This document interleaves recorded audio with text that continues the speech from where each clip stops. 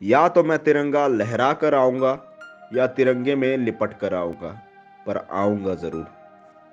भले ही कारगिल युद्ध को 21 वर्ष का वक्त बीत चुका हो, लेकिन शहीद कप्तान विक्रम बत्रा की ये पंक्तियां अब भी हर हिंदुस्तानी के जहन में जीवित है। 26 जुलाई को कारगिल विजय दिवस है और 7 जुलाई वो तारीख जब कारगिल के हीरो शहीद कप्तान विक्रम बत्रा ने शहादत का जाम पिया। वही कैप्टन विक्रम बत्रा जिनके बारे में खुद इंडियन आर्मी चीफ ने भी ये कहा था कि अगर वो जिंदा वापस आ जाते तो इंडियन आर्मी का हेड बन जाते। आज कहानी कैप्टन विक्रम बत्रा के अद्भुत शौर्य और साहस की। आज कहानी देश के रियल हीरो परमवीर चक्र विजेता शहीद कैप्टन विक्रम बत्रा की। कैप्टन विक्रम बत्रा का जन्म 9 सितंबर 1974 को हिमाचल प्रदेश के पालमपुर जिले के घुग्गर गांव में हुआ। शहीद बत्रा की मां जय कमल बत्रा एक प्राइमरी स्कूल में टीचर थी और ऐसे में कैप्टन बत्रा की प्राइमरी शिक्षा घर पर ही हुई थी। शुरुआती शिक्षा पालमपुर में हासिल करने के बाद कॉलेज की पढ़ाई के लिए वे चंडीगढ़ चले गए। शहीद कैप्टन विक्रम बत्रा के स्कूल के पास आर्मी का बेस कैंप था। स्कूल आते जाते समय वहां चलने वाली गतिविधियों को देखते रहते थे। सेना की कदम ताल और ड्रम बीट की आवाज से उनके रोंगटे खड़े हो जाते थे। शायद यही वो वक्त था जब वे सेना में शामिल होने का मन बना चुके थे। चंडीगढ़ में पढ़ते वक्त शहीद कैप्टन विक्रम बत्रा ने मर्चेंट नेवी में जाने के लिए परीक्षा दी। परिणाम आया तो वह परीक्षा पास कर चुके थे। कुछ ही दिनों में उनका नियुक्ति पत्र भी आ गया। जाने की सारी तैयारियां हो चुकी थी, पर उनके मन में कुछ और ही चल रहा था। इस बीच एक दिन वह अपनी मां की गोद में सिर रखकर बोले, मां मुझे मर्चेंट नेवी में नहीं जाना, मैं आर्मी ज्वाइन करना चाहता हूं। इसके बाद वही हुआ जो वो चाहते थे।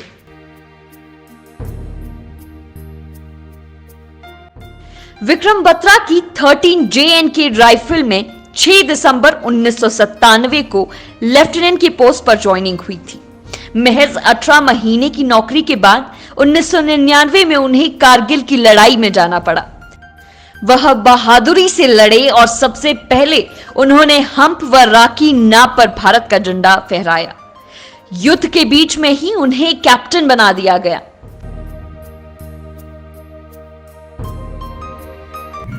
20 जून 1999 को कैप्टन बत्रा को कारगिल के पॉइंट 5140 को दुश्मनों से मुक्त करवाने का जिम्मा दिया गया। युद्ध रणनीति के लिहाज से ये चोटी भारत के लिए बेहद महत्वपूर्ण थी। कैप्टन विक्रम बत्रा ने इस चोटी को मुक्त करवाने के लिए अभियान छेड़ा और कई घंटों की गोलाबारी के बाद आखिरकार वह अपने मिशन में कामयाब हो गए।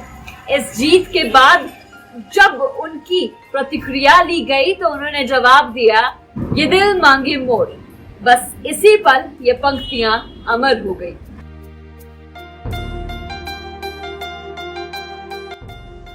कारगिल वॉर में कैप्टन विक्रम बत्रा दुश्मनों के लिए सबसे बड़ी चुनौती बन चुके थे।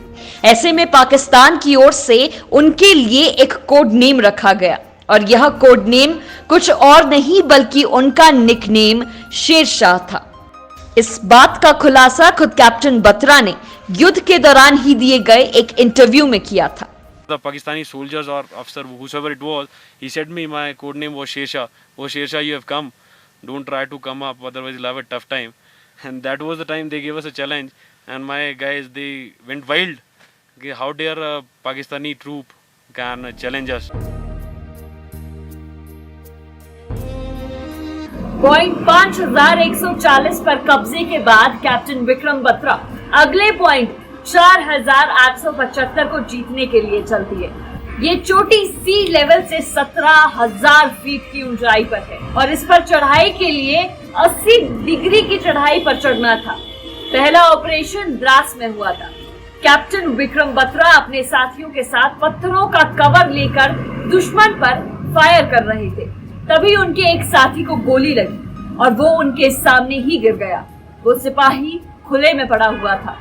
कैप्टन विक्रम बत्रा और उनके एक साथी चट्टानों के पीछे बैठे थे।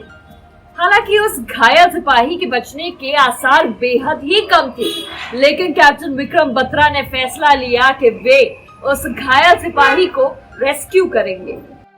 जैसे ही उनके साथी चट्टान के बाहर कदम रखने वाले थे, विक्रम ने उन्हें कॉलर से पकड़कर कहा, आपके तो परिवार और बच्चे हैं, मेरी अभी शादी नहीं हुई। ऐसे में सिर की तरफ से मैं उठाऊंगा, आप पैर की तरफ से पकड़िएगा। ये कहकर विक्रम आगे चले गए और जैसे ही वो उनको उठा रहे थे, उनको गोली लग गई और वो वहीं गिर गए।